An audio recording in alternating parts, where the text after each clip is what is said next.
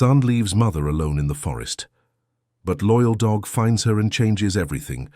Martha Harrison felt her heart racing as her son's harsh words echoed in her ears. The argument about her move to a nursing home had turned into something much bigger, revealing wounds neither of them knew existed. "Mom, you can't live alone anymore," shouted Stephen, slapping his hands on the steering wheel. "How many times do I have to repeat this?" Martha looked out the car window, watching the tall trees of the Hudson Valley approach. It hadn't been her idea to take that drive, but Stephen had insisted they needed to talk far from home, away from the curious neighbors who always meddled in their arguments. "I raised you alone after your father left us," Martha replied, her voice trembling. "And now you want to throw me in a place full of strangers?" "It's not throwing, Mom. It's taking care of you. You forget to take your medicine, leave the stove on. Yesterday I found the front door open in the middle of the night." Martha felt her face grow hot. It was true. In recent months, small memory lapses had become more frequent, but she didn't want to admit it. She was only 70, not ready to be treated like a child. "Stop the car," she said suddenly. "Mom, we're still on the forest road." "I said stop the car." Stephen slammed on the brakes hard, causing the car to skid a little on the dirt road. They were on a narrow trail leading to one of the area's campgrounds. All around, ancient trees formed a dense green wall. "You want me to stop right here?" "I do. I need fresh air to think. You do too. We're both too worked up." Stephen sighed deeply and turned off the engine. The silence of the forest enveloped the car like a heavy blanket. Martha opened the door and got out, breathing in the damp, fresh air coming from the trees. "Mom, let's go back home and talk calmly," said Stephen, also getting out of the car. "No, I'm not going to any nursing home, and you can't force me." "Yes, I can. If you can no longer take care of yourself, I have the legal right to—" "The legal right?" Martha turned to him, her eyes blazing with anger. "Are you threatening me, Stephen?" The son ran his hand through his hair, feeling the pressure of the last few months weighing on his shoulders. Working all day at the accounting firm and still having to care for his stubborn mother was wearing his patience thin. Dear listener, if you're enjoying the story, please take a moment to like and especially subscribe to the channel. It really helps us who are just starting out. Now continuing. "I'm not threatening, Mom. I'm trying to take care of you, but you won't let me. You refuse help from everyone, fight with the nurses I hire, curse at the doctors. Because I don't need a babysitter. I practically raised you alone, worked in a textile mill for 30 years, never asked anyone for charity. But that was before, Mom. You were younger, you didn't have these episodes." Martha felt as if she'd been slapped. Episodes. That's what he called the moments when her mind played tricks on her, as if she were crazy. "You know what?" she said, walking toward the trail that opened between the trees. "I'm going for a walk. You stay here and think about what you just said." "Mom, no, you don't know this trail. You could get lost." "Lost? I walked these woods when you weren't even a dream. My grandfather had a farm near here. That was 50 years ago. You don't remember things properly anymore." Martha stopped and turned slowly. The comment had hurt more than any slap. "So that's what you think of me? That I'm a senile old woman who's no good for anything?" "I didn't say that." "Yes, you did. In so many words." Martha began walking down the trail with determined steps. "I'm going to take this walk, and when I come back I want an apology from you." "Mom, come back here. It's dangerous." But Martha had already disappeared among the tall trees. Stephen stood still beside the car, torn between going after her and giving them both some time to calm down. His mother had always been stubborn, but in recent months the stubbornness had turned into something almost irrational. He looked at his watch. It was 2 in the afternoon. In an hour she'd be back and perhaps more willing to talk. He got in the car and turned on the radio, trying to distract himself with a country music program. Martha walked along the narrow trail, feeling the anger boil in her veins. How could her own son speak to her like that, as if she were a nuisance, a problem child who needed to be put in a corner? The trees around her were enormous, with thick trunks covered in moss. The smell of damp earth and decaying leaves calmed her. Yes, she had been having some memory problems lately, but that didn't mean she was losing her mind completely. She remembered when Stephen was little and she had to work double shifts to keep the household going. Her ex-husband, Richard, had vanished when the boy was just 5. leaving only a letter saying he couldn't live that life anymore. Martha never heard from him again. The trail began to fork in several directions. Martha stopped, trying to remember which way she had come. To the left, there was a steep descent covered in dry leaves. To the right, the trail continued relatively flat. Straight ahead, a wider path seemed more used. She decided to follow the path ahead, as it seemed safer. But after a few minutes, she realized the trail was getting narrower and more difficult. Low branches scratched her arms and the dark blue dress she was wearing. A strange sound made her stop, a rustling in the bushes, as if something were moving there. Martha felt her heart race. It could be a wild animal. There were stories of mountain lions in the region, though they were rare. "Who's there?" she called, trying to keep her voice steady. The rustling stopped. Only the sound of distant birds broke the forest silence. Martha decided to turn back, but when she turned around, she realized she had lost track of where she had come from. All directions looked the same now. A low bark came from somewhere behind her. Martha turned and saw a skinny dog emerging from the bushes. It was a medium-sized mutt with light brown fur and some old scars on its muzzle and ears. "Shoo! Go away!" said Martha, making shooing gestures with her hands. But the dog didn't move. It just looked at her with those intelligent brown eyes, slowly wagging its tail. It looked very thin, as if it hadn't eaten properly in days. "I don't have any food. Go look somewhere else." The dog took a few steps toward her, but not in a threatening way. It seemed more curious than anything. Martha noticed it was wearing an old worn collar, but with no identification tag.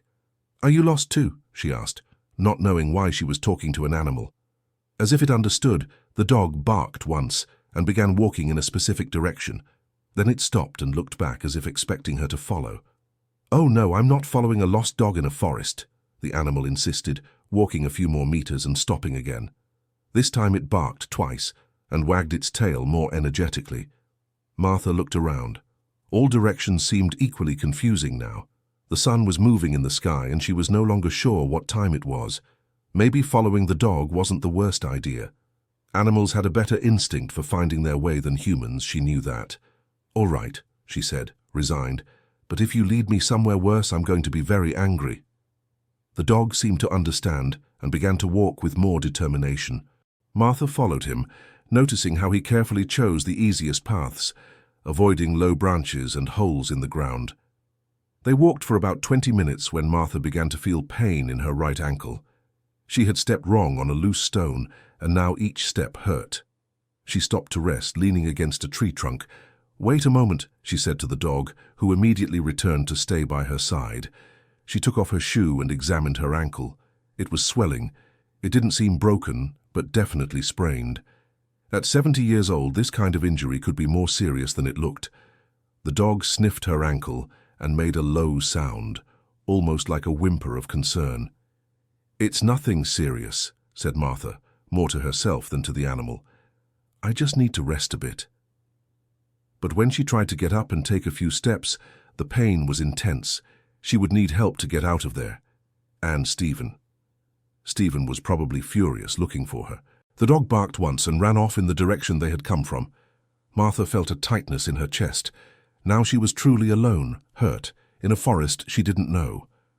"Come back here," she shouted, but the dog had already disappeared among the trees. Tears of frustration and fear began to form in her eyes. Maybe Stephen was right. Maybe she really couldn't take care of herself anymore. A simple walk had turned into a dangerous situation. She sat on the ground, leaning her back against a tree. The dark blue dress that had seemed so appropriate in the morning was now dirty and torn. Her bare legs were scratched by thorns. The sound of breaking branches made her look up. The dog was returning, but not alone. Behind him, a tall, thin man emerged from among the trees. "Are you all right, ma'am?" asked the man, approaching carefully. Martha quickly looked him over. He seemed to be about 50, with medium-length greying hair and some stubble. He wore simple, worn clothes, old jeans and a faded plaid shirt. On his feet, work boots covered in mud. "Who are you?" asked Martha, trying to move away. "My name is Gregory. I live nearby. Buddy came to get me," he said, pointing to the dog. "Buddy?" "That's what I call this guy. He showed up around here about 2 years ago. Kind of adopted the area, you know. Always shows up when someone's in trouble. Martha looked at the dog, who had sat down next to the man and was wagging his tail, seeming proud of himself. "I don't need any help," said Martha automatically, though she knew it wasn't true. "Of course. But your leg is hurt, and you're lost in a part of the forest few people know. Accepting help isn't a sign of weakness, you know." There was something in Gregory's voice that conveyed genuine kindness without condescension. It wasn't like Stephen, who always spoke to her as if dealing with a stubborn child. "How do you know I'm lost? Buddy only fetches me when he finds someone in trouble.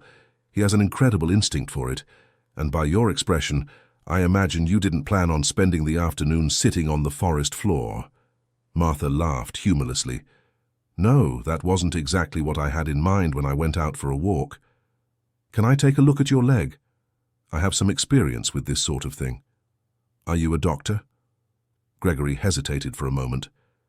"Not exactly, but I've taken care of many injuries over the years." Martha allowed him to approach and examine her ankle. His hands were careful and knowledgeable, testing the mobility and checking for fractures. "It's not broken," he said finally. "But it's a significant sprain. You'll need rest and ice. My cabin isn't far from here. I can help treat this, and then we'll take you back to where you came from. I came by car with my son. He must be looking for me." "Where exactly?" Martha tried to remember, but her mind was clouded by pain and fear. "On the road. There was a trail. I don't remember exactly." Gregory and Buddy exchanged a look that Martha found strangely understanding. "Don't worry. Buddy knows every trail in this region. We'll take care of you first and then sort out the rest." Gregory helped Martha to her feet, offering his shoulder for support. Buddy walked ahead, as if leading a small procession through the forest. Gregory's cabin was small and simple, built with wood from the region itself. There was a narrow porch in front and a few small windows. Around it, Martha noticed several bowls of water and food scattered about, plus some structures that looked like makeshift shelters for animals. "You take care of a lot of animals," observed Martha, as Gregory helped her up the porch steps. "They find me," he said simply. "Or Buddy brings them here when they need help." The inside of the cabin was Spartan but clean. There was a small room with a rustic wooden table, 2 simple chairs, and a bookshelf full of books. A tiny kitchen connected to the room, and Martha could see a door that probably led to the bedroom. "Sit here," said Gregory, pointing to a padded chair. "I'll get some ice and a few medicines." Martha sat and looked around more carefully. The books on the shelf were mostly about veterinary medicine and animal care. There were also some about medicinal plants and first aid. "Are you a veterinarian?" she asked when Gregory returned with a first aid kit. Again, that hesitation. "I was. A long time ago." Gregory began to treat her ankle with a competence that confirmed his medical training. He applied a cold compress and bandaged the injury with professional care. "Why did you stop?" asked Martha, noticing how his hands worked with automatic precision. "I made some mistakes. Serious ones. I thought it best to step away." Martha realized it was a painful subject and didn't press. Everyone had a right to their secrets and wounds. Buddy had settled at her feet like a protective guardian. Every now and then, the dog would lift his head to check if she was okay. "He's very special, isn't he?" said Martha, stroking the animal's head. "Very. He's saved more people and animals than I can count. Sometimes I think he understands others' suffering better than most humans." There was a sadness in Gregory's voice that Martha recognized. It was the same one she heard in her own voice lately, when she caught herself talking alone at home. "Do you live here alone?" "For 6 years. After I had to stop working as a vet, I decided it was better to stay away from the city, away from people." "And you don't miss it? Human company, I mean." Gregory finished bandaging her ankle and sat in the other chair. "I did. At first. But the animals that show up here need someone to care for them, and they don't ask questions, they don't judge. They just need help." Martha understood perfectly what he meant. "My son thinks I can't take care of myself anymore. He wants to put me in a home." "And what do you think?" The question took her by surprise. It had been months since anyone asked what she thought about her own life. I think I think I have some problems. Forgetfulness, moments of confusion. But I'm still myself. I still have opinions, desires, even dreams. Just because my memory sometimes fails me, that doesn't mean I've stopped being a person. Gregory nodded slowly. Memory is an interesting thing. Sometimes we lose details of the present but remember things from the past perfectly, and sometimes it's the opposite. Do you also have memory problems? I have trouble forgetting certain things I wish I could no longer remember. Buddy suddenly got up and ran to the window, barking softly. Gregory stood up and peeked outside. Is someone out there? Asked Martha. It seems so. Buddy is agitated, but it's not the alert bark he uses when there's danger. It must be someone looking for someone. Martha felt her stomach tighten. It was probably Stephen, and he wouldn't be happy at all.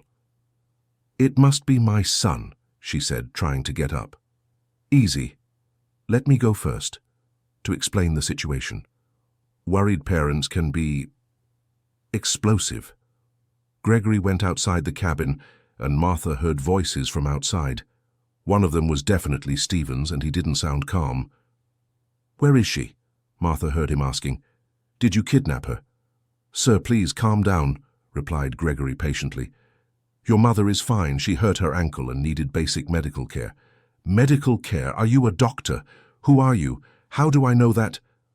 Stephen, shouted Martha from the window. Stop making a scene and come in here. Her son appeared at the cabin door, his face red with anger and worry. Behind him, Gregory entered more calmly, followed by Buddy. Mum, thank God you're okay. I was desperate when you didn't come back. How long has it been? Asked Martha, realizing she had completely lost track of time. 3 hours. 3 hours, Mum. I thought something terrible had happened. Martha felt a pang of guilt. She hadn't meant to worry her son so much. She just wanted to take a walk to calm down. Your son was very worried, said Gregory. He arrived here asking about a grey-haired lady who had disappeared on a trail. How did you find her? Asked Stephen, still suspicious. Gregory pointed at Buddy. Buddy found her lost and with a hurt ankle. He brought me to her. Stephen looked at the dog with skepticism. A dog? Buddy has a special gift, explained Martha. He finds people in distress. Mum, are you okay? You're not feeling anything strange? Dizziness? Confusion? Stephen's excessive worry was starting to irritate Martha again. I'm fine, Stephen. Just a sore ankle. Let's go then. Thank you for your help, Stephen said to Gregory, clearly eager to leave. Wait, said Martha. I want to talk to Mr. Gregory for a few more minutes. Mum, it's almost 6 in the evening. You need to take your medication. What medication? Asked Gregory, noticing the change in Martha's expression. Stephen looked at his mother meaningfully. She takes medication for memory problems. Martha felt her face grow hot with shame and anger. Stephen, what? It's no secret, Mum. The doctor said it's important to keep up with the medication routine. Gregory observed the tension between mother and son with professional interest. There was more going on there than simple family concern. What kind of medication? He asked carefully. For early-stage dementia, replied Stephen before Martha could speak. The doctor said she needs constant care. I don't have dementia, exploded Martha. I have some forgetfulness, but that's normal for my age. Mum, you left the faucet running and flooded the downstairs neighbor's bathroom. You forgot to turn off the stove twice in 1 week. You couldn't remember where you had put the pension money. Each example was like a stab to Martha's pride. Yes, those things had happened, but it didn't mean she was completely losing the ability to take care of herself. May I ask the name of the medication? Said Gregory. Stephen recited the name of a drug Gregory knew well. It was used for early stages of cognitive decline, but had significant side effects. And how do you feel taking this medicine? Asked Martha. Like a ghost, she answered honestly, as if I were watching my own life through a foggy glass. Mother, reprimanded Stephen, it's true. Ever since I started taking these pills, I feel absent, as if I'm not myself anymore. Gregory nodded thoughtfully. It's a common side effect. The medication can reduce mental confusion, but it can also diminish personality. The doctor said it was necessary, insisted Stephen. Did you stop taking the medicine? Gregory asked Martha directly. She hesitated, looking at Stephen. I reduced the dose, she finally admitted. For the last few days, I've only been taking half. Mother, why didn't you tell me? Because you would be furious, just like you are now. Gregory observed the dynamic between mother and son. Stephen was clearly overwhelmed and scared, while Martha struggled to maintain some control over her own life. May I make a suggestion? Said Gregory calmly. You don't need to meddle in our family, Stephen replied curtly. Stephen, scolded Martha. He helped us. It's okay, said Gregory. Just an observation. It's possible your mother needs less medication and more stimulation, mental activity, purpose, responsibilities suitable for her condition. What do you mean? Medication treats symptoms, but sometimes what a person needs are reasons to exercise the mind, not just sedate it. Martha looked at Gregory with gratitude. Finally, someone who didn't think the only solution was to drug her into becoming a vegetable. Look, thanks for the help, said Stephen, clearly uncomfortable with the direction of the conversation. But I think we know my mother better than a stranger. You're right, agreed Gregory. Sorry if I intruded. Martha stood up carefully, testing her ankle. The pain was bearable now with the bandage. Thank you, she said to Gregory, for everything. It was a pleasure to meet you. Buddy approached Martha and rested his head on her hand, as if saying goodbye. And thank you too, Buddy. You saved my life today. The dog wagged his tail and barked once softly. Stephen helped his mother walk to the car, which was parked on a wider trail, about 10 minutes away. During the ride back, neither of them spoke much. Mother, Stephen finally said when they got home, please, don't do that again. You don't know how worried I was. I know, and I'm sorry for that. I didn't mean to disappear for 3 hours. And please take the medication correctly. If you're feeling strange, we'll talk to the doctor, but you can't just stop on your own. Martha nodded, but her mind was elsewhere. She was thinking about Gregory's simple cabin, the gentle way he had treated her injury, and especially about Buddy, who had appeared like a four-legged angel when she needed it most. That night, Martha took the full dose of the medicine, but as she felt the familiar mental fog settling in, she thought about how lucid and present she had felt the entire time in the forest, as if the unexpected adventure had awakened something in her that had been dormant for months. Dear listener, if you're enjoying the story, please take a moment to like and especially subscribe to the channel. It helps us a lot as we're just starting out, now continuing. 3 days later, Martha was sitting in the living room armchair watching television without paying attention when she heard a familiar bark outside. Her heart raced. Could it be? She got up and went to the window. There was Buddy, sitting at her front gate, wagging his tail and looking directly at her. How did you find me? Murmured Martha, opening the front door. Buddy barked happily and ran to her, jumping up slightly to greet her.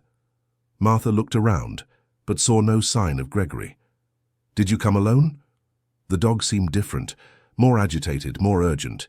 He ran a few meters toward the street and stopped, looking back just as he had done in the forest. Do you want me to go with you? Asked Martha. Buddy barked twice and wagged his tail energetically. Martha looked back toward the house. Stephen wouldn't be back from work until 6. It was only 2 in the afternoon, and her ankle was much better after Gregory's care. All right, she said, grabbing her purse and keys. But we're not going far this time. She followed Buddy through the streets of her neighborhood in Queens, New York City. The dog seemed to know exactly where he was going, keeping a pace that allowed Martha to follow without straining her still sensitive ankle. After about 20 minutes of walking, Buddy led her to a small square that Martha didn't know. There were a few trees, old benches, and a broken children's playground. And sitting on one of the benches, looking dejected, was Gregory. Martha, he said, standing up quickly, what are you doing here? Buddy came to get me, she explained. He showed up at my house and brought me here. Gregory looked at the dog in surprise. I didn't tell him to do that. Then why did he? I don't know. Buddy has always been a bit mysterious in his motivations. Martha sat on the bench next to Gregory. He seemed different from the last time, more dejected, worried. "What happened?" she asked. Gregory sighed deeply. "I got a notification from the city yesterday. They're going to evict me from my cabin. It seems the area is going to be turned into an ecological park and irregular structures will be removed. But you've lived there for 6 years. Not legally. When I moved there, I was so lost that I didn't worry about paperwork. I just wanted a place to hide from the world. And now? Now I have to leave in 2 weeks. And I don't have money to rent anything in the city. I used all my savings buying medicine and food for the animals that show up there." Martha felt her chest tighten. "And the animals? What will happen to them?" "I don't know. Buddy will have to fend for himself again. The others, I'll try to find some place that will take them, but it's not easy." Buddy approached and put his head on Gregory's knee, as if he understood his favorite human was suffering. "You don't have any family who can help?" Gregory laughed without humor. "My family cut ties with me after the incident that made me lose my veterinary license. I don't blame them. It was very serious." "What happened?" asked Martha gently. Gregory was silent for a long moment, stroking Buddy's head. "I worked at a private clinic on the Upper East Side. Fancy place, wealthy clients. One day they brought in 5 dogs that had been accidentally poisoned by a gardener who used a toxic pesticide. They were dogs from a very important family in the city." Martha waited in silence. "I was going through a difficult time personally. My wife had left me. I was drinking more than I should. I wasn't sleeping well. When I saw those dogs arriving in critical condition, I panicked. I administered the wrong treatment to all of them. And they died, all 5. Because of my negligence and medical error. The family sued me. I lost my license, my reputation, everything. People started seeing me as an animal killer." Martha gently touched Gregory's arm. "But it was a mistake. You didn't mean to harm anyone. A mistake that cost 5 lives, and it didn't stop there.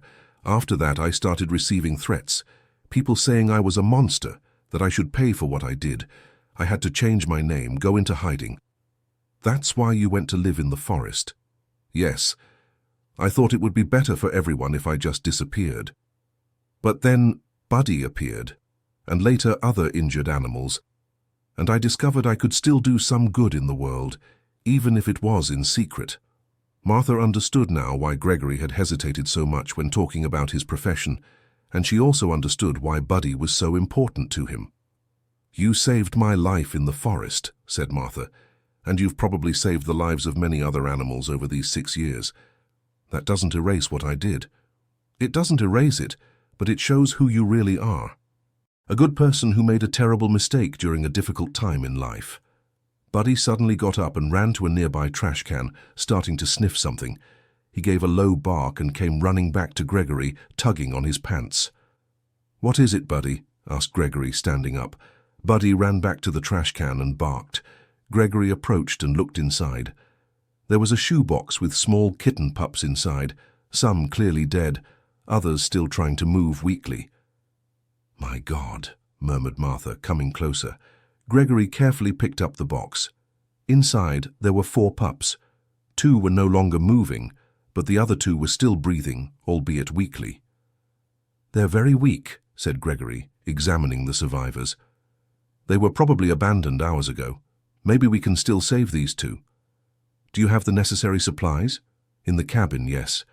But it's far, and they won't survive the trip." Martha looked around. They were in a residential area with several small houses. "What if we asked someone here for help? Warm water, milk?" "I don't know if they'll want to help. People are usually afraid of strangers." "But not of a 70-year-old lady," said Martha with determination. "I'll try." She went to the nearest house and rang the bell. A middle-aged woman opened the door, looking curiously. "Sorry to bother you," said Martha. "My name is Martha, and we found some abandoned kittens here in the square. They're very weak. Would you have a little warm milk and maybe a syringe to feed them?" The woman looked over Martha's shoulder and saw Gregory holding the box, with Buddy by his side. "Kittens? How terrible. Of course, come in. I'll see what I can arrange." The woman, who introduced herself as Mrs. Pearl, not only provided warm milk and syringes, but also brought clean towels and a larger box for the pups. "It happens all the time around here," she explained, while Gregory worked carefully to feed the kittens. Heartless people who abandon little animals as if they were trash. Are you a veterinarian? She asked, noticing the competence with which Gregory handled the animals. He was, answered Martha for him. Now he takes care of abandoned animals in the forest. How lovely. The world needs more people like that. Gregory managed to get one of the pups to take a little milk. The other was weaker but still reacted to touch. Will they survive? Asked Mrs. Pearl. This one has a chance, said Gregory, pointing to the more active one. The other, we'll try. If you'd like, I can keep them for a few days, offered the woman. I have experience with orphaned kittens.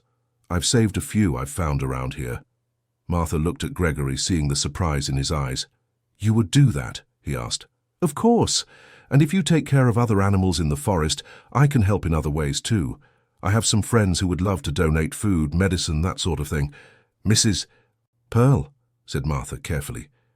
Gregory is going through some trouble. He'll have to leave the cabin where he lives. Why? Gregory told her about the eviction. Mrs. Pearl listened with growing interest. You know what? She said finally.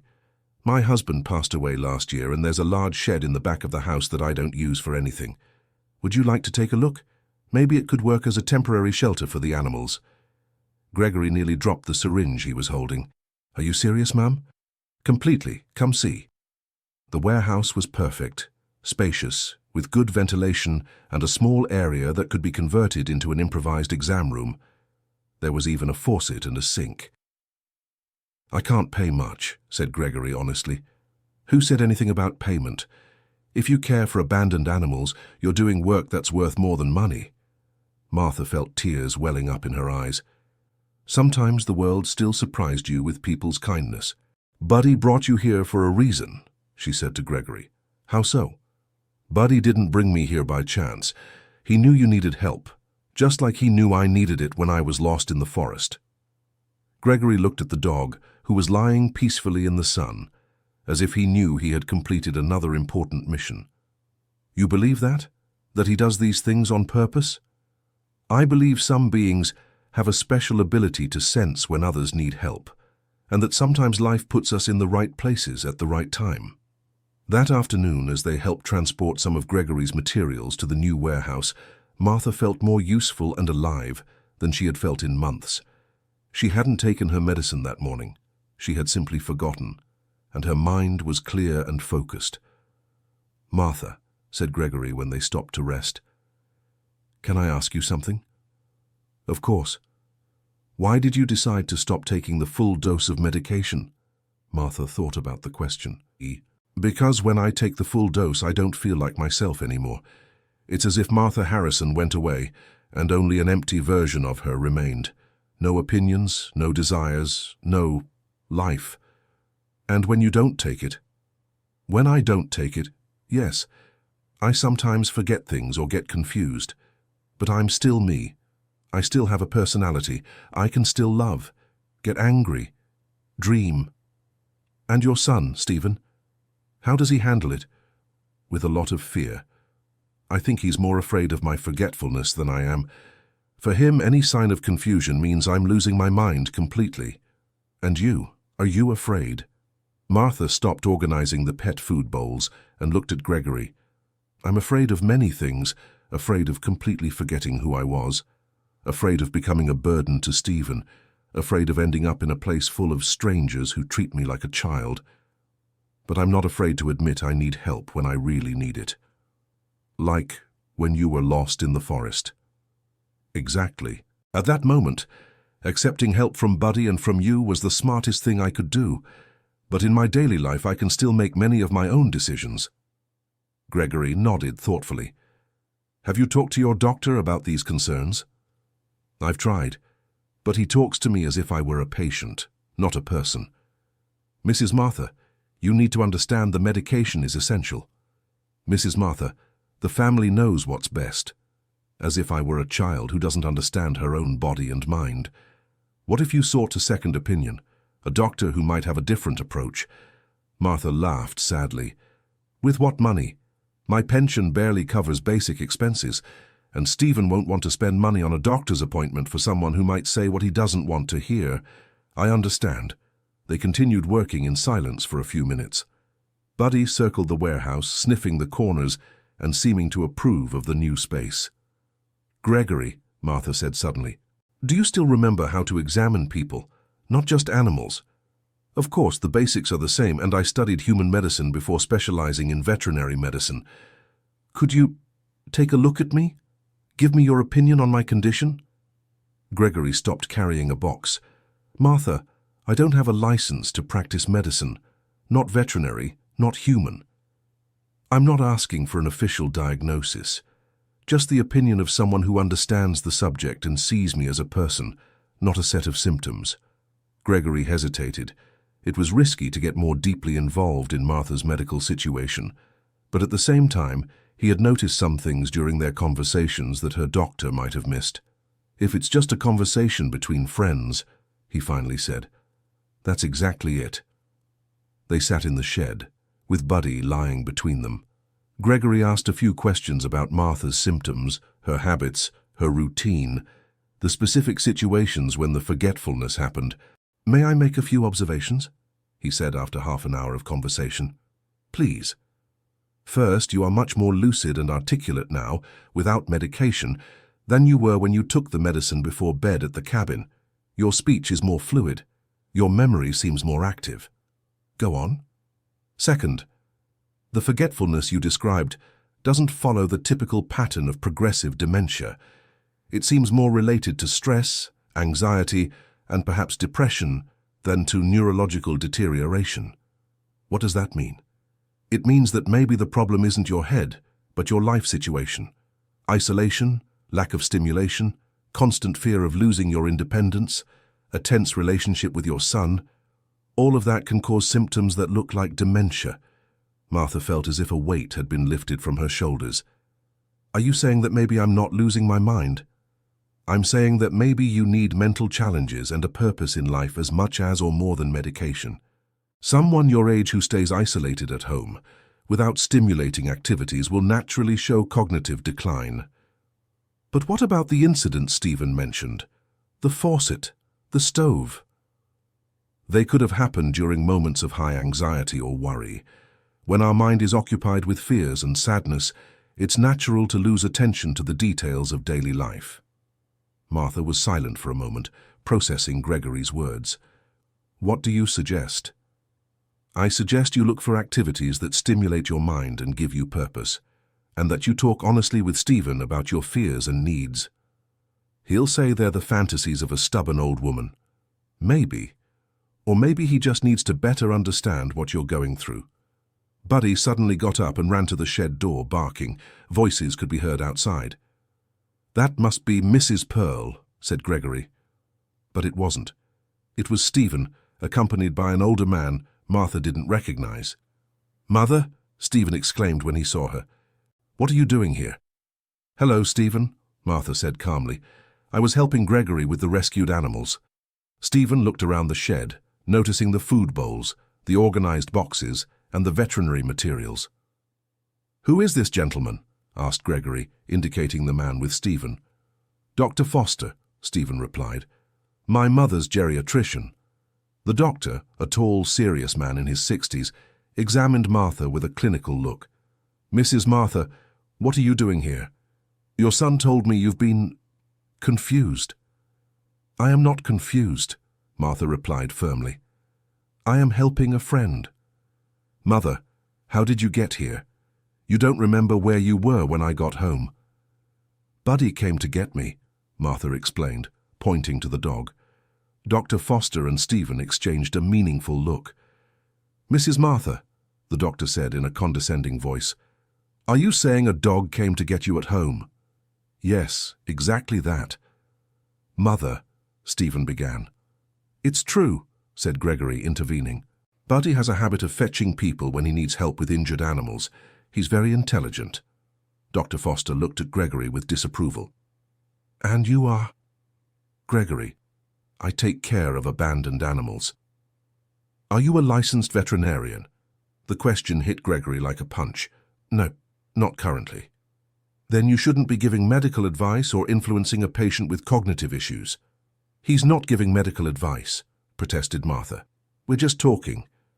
Mrs. Martha, you need to come with me now, said Dr. Foster. I'm going to have you admitted to the hospital for some tests. What tests? Asked Martha, feeling fear tighten her stomach. To assess if your condition has worsened. Erratic behaviors like leaving home without notice, following strange animals, trusting strangers, are signs that the medication needs adjusting. I'm not being erratic. I'm helping a friend. Mom, please, begged Stephen. You left home without telling me. You weren't there when I got home from work. I was desperate again. Martha looked at her son and saw the genuine fear in his eyes. But she also saw something else, the determination to control her, to treat her like an irresponsible child. Stephen, how old are you? What do you mean? How old are you? 42, Mum. Why are you asking that? And when you were 22, did you need to tell me every time you left the house? Stephen sighed impatiently. Mum, this is different. You have a medical condition that... That doesn't turn me into a child, exploded Martha. I'm still an adult capable of making choices. Dr. Foster made some notes on a clipboard he carried. Mrs. Martha, agitation and resistance to medical help are also symptoms. You need to trust us. Trust you for what? To drug me until I'm no longer myself? To lock me up in a place where people who don't even know me decide when I can leave my room? Gregory watched the scene with growing discomfort. Martha was being treated exactly as he had been after losing his license, as someone who could no longer be trusted to make their own decisions. Dr. Foster, said Gregory calmly, may I make an observation? You are not qualified to participate in this medical discussion. Not as a doctor, but as someone who spoke at length with Mrs. Martha today. She demonstrated complete lucidity, clear memory of recent and past events, and the capacity for complex reasoning and decision-making. And what is your training in to make these assessments? Gregory hesitated. Revealing his medical training could help Martha, but it could also complicate his own situation. I have training in veterinary medicine and I studied human medicine, he said finally. But you don't have a license to practice, correct? Correct. Then your opinions have no scientific validity. Martha looked at Gregory and saw the humiliation in his eyes. It was the same humiliation she felt every time someone talked about her, as if she weren't present. You two are the same, she said suddenly. What do you mean, Mom? You and this doctor. You talk about me as if I were an object, not a person. You decide what's best for me without asking what I want. Mum, we want what's best for you. You want what's easiest for you. What gives you less work, less worry. Drug me up in a nursing home, and that's it, problem solved. Dr. Foster made more notes. Paranoia and conspiracy theories are also signs of progression. I am not paranoid, shouted Martha. I'm a person who doesn't want to be treated like trash. Buddy started barking, clearly agitated by the tension in the room. Gregory approached Martha. Martha, calm down, he said softly. Shouting will only confirm their prejudices. I won't calm down. I'm tired of having to be calm and polite while they decide my fate for me. Mrs. Pearl appeared in the barn door, drawn by the shouting. What's going on here? She asked. Nothing you need to worry about, said Dr. Foster. Just a family medical situation. Is Martha okay? Asked Mrs. Pearl, ignoring the doctor and addressing her directly. I'm being hospitalized against my will, said Martha with a trembling voice. What do you mean? Why? Because apparently caring for abandoned animals is a sign of advanced dementia. Mrs. Pearl looked at Dr. Foster with disapproval. Martha was here all afternoon helping me with orphaned kittens. She was wonderful, very competent and caring. You don't understand, said Dr. Foster. She has cognitive problems and cannot be left alone. She wasn't alone. She was with me and with Gregory, and she was more lucid than many people half her age. Stephen looked at Mrs. Pearl and then at his mother. Mom, please, come with me. Let's talk at home. What for? So you can give me more medicine and lock me in my room? Mrs. Martha, intervened Dr. Foster, if you don't come voluntarily, I can request a compulsory hospitalization. The silence that followed was heavy. Martha felt the floor disappear beneath her feet. Compulsory hospitalization meant she would completely lose control over her own life. Gregory stepped forward. Dr. Foster, with all due respect, what are you basing this decision on? Mrs. Martha demonstrated full mental capacity the entire time I was with her. You have no authority to question my medical assessment, but I have the right to give my opinion as a citizen, and my opinion is that you are infantilizing a perfectly capable woman just because she has some age-related memory difficulties. Gregory, stay out of this, said Stephen. You haven't known my mother for 2 years. You haven't seen the incidents I've seen. And you, said Gregory, turning to Stephen, have you ever stopped to think that maybe those incidents have causes other than dementia? Stress, depression, social isolation. Now you're a psychiatrist too. No, but I am someone who has dealt with mental health problems, and I know what it's like to be treated as if I were incapable of making decisions. Dr. Foster closed his clipboard impatiently. This discussion is getting us nowhere. Mrs. Martha, are you coming with me now, or do I need to call an ambulance? Martha looked around. Stephen avoided her eyes. Dr. Foster waited with an impatient air. Mrs. Pearl seemed indignant but powerless. And Gregory looked at her with an understanding that no one else showed. Buddy, called Martha. The dog approached immediately. You found me in the woods when I was lost and in real danger, right? Buddy tilted his head as if he understood. Now I'm lost again, but this time it's not in the woods. It's in my own life. She turned to Dr. Foster. Doctor, can you answer one question honestly? If it's relevant to your treatment, if I do exactly what you say, take all the medicine you prescribe, agree to the hospitalization, what happens after? You receive the appropriate treatment for your condition. And does that mean I will get better, that I will go back to being who I was? Dr. Foster hesitated. It means your symptoms will be controlled. Controlled, not cured, not improved, controlled. Dementia has no cure, Mrs. Martha, only control. And what if I don't have dementia? What if I just have depression, anxiety, and loneliness? Would the treatment be different? Based on your family's reports and my observation, your observation, interrupted Martha. You spent 10 minutes with me. How can you make a full assessment in 10 minutes? I have years of experience. Experience in labeling people, in putting tags on them to justify easy treatments. Dr. Foster made more notes. Aggressiveness and resistance to treatment confirm my diagnosis. Martha laughed, but it was a bitter laugh. So it doesn't matter what I do or say. If I accept passively, it's because the medication is working. If I question or resist, it's because I'm getting worse. Is that it? Mrs. Martha. Answer me, shouted Martha. Is that it or not? The silence revealed more than any answer could. I'll go with you, Martha finally said, her voice flat. But I want it on record that I'm going under protest, that I don't agree with this treatment, and that I consider myself a victim of age discrimination. Mom, began Stephen, clearly distressed. No, Stephen, you made your choice. Now I make mine. I'll cooperate because I have no choice, but I will never forgive you for taking away my dignity. Gregory approached her. Martha, this doesn't end here. I'll find a way to help. How? You don't even have your license. I'll get it back. I'll prove I can be useful again, and I'll prove you're being treated unfairly. Martha touched Gregory's face gently. Thank you for treating me like a person. She headed for the exit, followed by Stephen and Dr. Foster. At the door, she turned to Buddy one last time. Take good care of Gregory for me. Buddy let out a single, low, sad bark. As he watched Martha being taken away, Gregory felt a familiar anger burning in his chest. It was the same anger he'd felt when he lost his license, when he was treated like a pariah, when the world decided he no longer deserved to practice his profession. The difference was that now this anger had a clear target. Buddy, he said to the dog, we have work to do. In the back of his mind, a plan began to form. A risky plan, one that could cost him dearly. But Martha had given him back something he thought he'd lost forever, a sense of purpose, and he wasn't going to let down the only person who had believed in him in years. Dear listener, if you're enjoying the story, please take a moment to like and especially subscribe to the channel. It really helps us who are just starting out. Now continuing.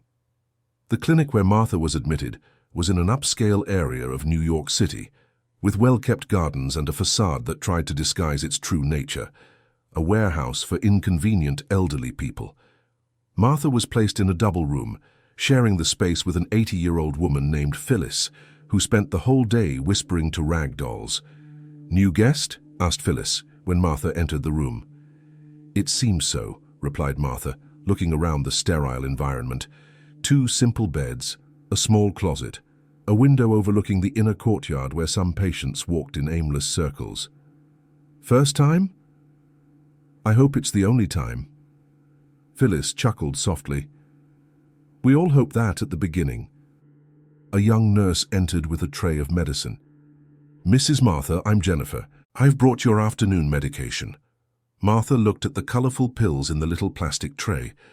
"May I know what they are?" "Of course. This blue one is for anxiety, this white one is for depression, and these 2 small ones are for memory." "Did they increase the dose?" Dr. Foster thought it best given the recent episodes. "What episodes? Going out to help abandoned animals?" The nurse smiled with forced sympathy. "I know it's difficult at first, Mrs. Martha, but you'll get used to it soon. And if I don't want to get used to it? It doesn't make things easier for anyone, especially for you." Martha took the pills and put them in her mouth, but didn't swallow. When the nurse left, she spat them all into her palm. "Clever," commented Phyllis. "But they find out. They always do." "How?" "They check under the tongue, do blood tests, observe behavior. If you're too lucid, they know you're not taking them. So it's a game I can't win." "Exactly. That's why I stopped trying after a few months." Martha sat on the bed and looked out the window. Outside she could see part of the city, free people coming and going. Somewhere, Buddy and Gregory were probably taking care of the orphaned kittens. "Phyllis, may I ask why you're here?" "Same reason as you, I imagine. Children who decided they couldn't take care of me anymore." "And do you really have memory problems?" Phyllis stopped fussing with her dolls and looked directly at Martha. "I'm 80 years old. Sometimes I forget where I put my glasses. Sometimes I can't remember the name of the new TV host. Is that dementia, or is that being human?" "But you talk to dolls." "And you used to talk to a dog. What's the difference?" Martha saw her point. "Touché. The difference is that when we talk to things they find strange, it becomes a symptom. When we talk the way they expect, it becomes progress in treatment." "How long have you been here?" 3 years. 3 years. And you never tried to leave?" "To go where? My children sold my house, split the money between them. I have nowhere to go." Martha felt a chill down her spine. What if that happened to her too?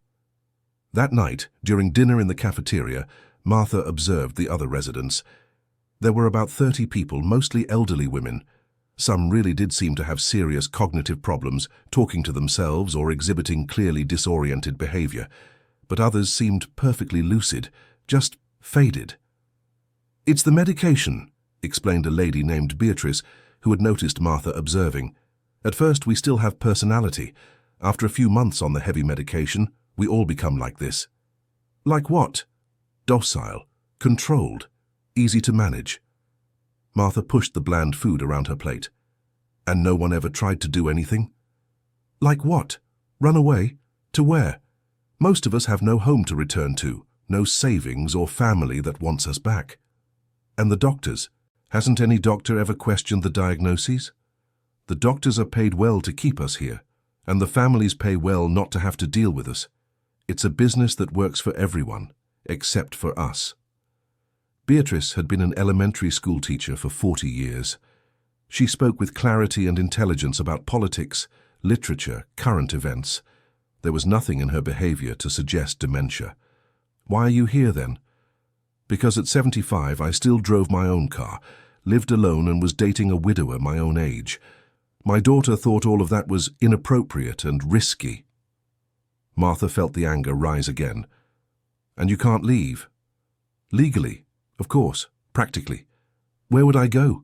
I no longer have a home, I no longer have a car, and my boyfriend died last year. Here at least I have food and a roof." That night, Martha lay in bed thinking about the conversation. She was in a trap, just like all the other women there. A trap made of well-intentioned laws, tired families, and a medical system that profited from the medicalization of aging. On the third day of her stay, Martha received her first visitor. She expected it to be Stephen, but to her surprise, it was Mrs. Pearl. "How did you get in?" asked Martha when they met in the visiting room. "I said I was your niece. I even brought fake documents my son-in-law made for me." Martha smiled for the first time in days. "You're incredible. How are you feeling?" "Like a ghost. The medication they give me here is much stronger than what I took at home. I can barely think straight." "And Gregory sent this," said Mrs. Pearl, handing over a small envelope. Inside was a handwritten letter. "Martha, don't give up. I'm working on a plan to get you out of there.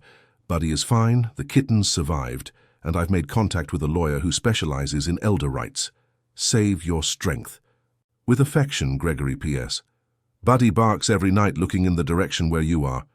Martha held the letter to her chest, feeling tears stream down. "Is he really trying to help me?" "He is. And so am I. I spoke with some of your neighbors, Martha.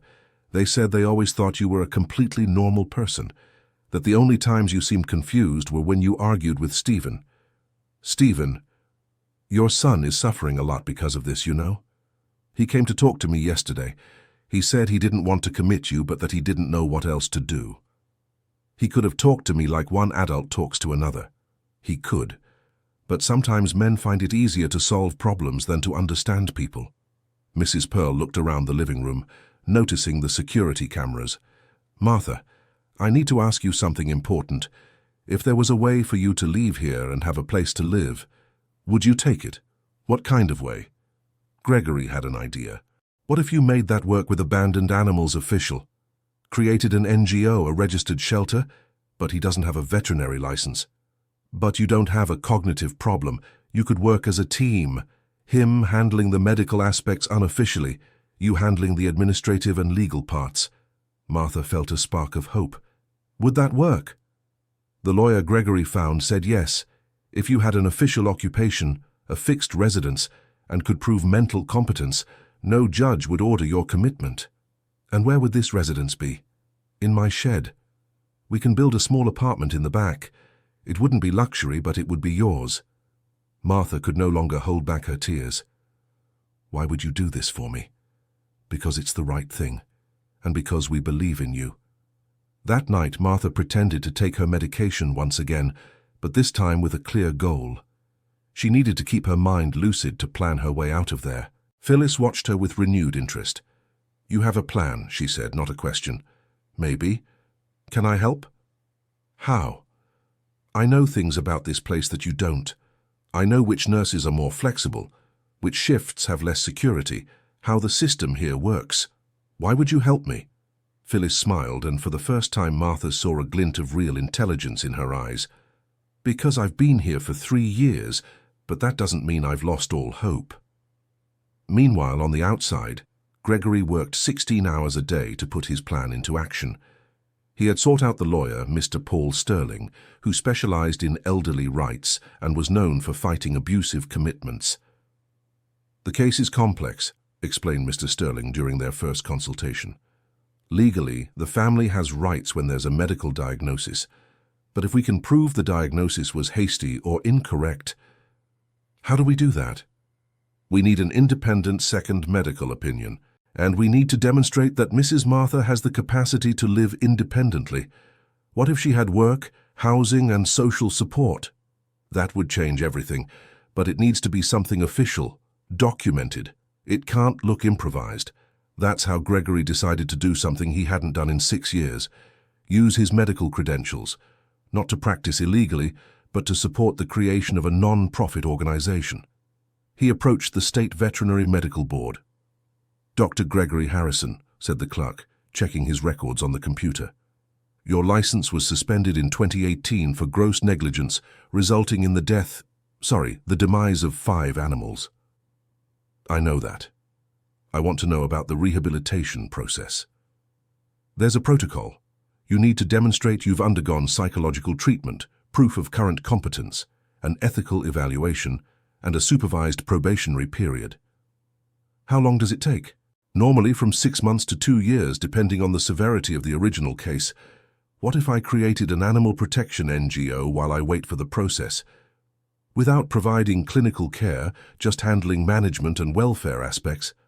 The attendant consulted a supervisor. It would be possible as long as there was supervision by a licensed veterinarian and you didn't perform medical acts. Gregory left the State Veterinary Medical Board with a stack of forms and a new determination. He had a lot of work ahead, but for the first time in years he felt he was fighting for something that truly mattered. Buddy was waiting for him in front of the building, as always. The dog had refused to stay at the warehouse while Gregory sorted out the bureaucratic matters. "So, Buddy," said Gregory, petting the animal's head. "Do you think we can save our friend?" Buddy barked once, confidently. "I hope you're right. Because if we can't, Martha will spend the rest of her life in that horrible place." They returned to the warehouse where Mrs. Pearl was waiting with news.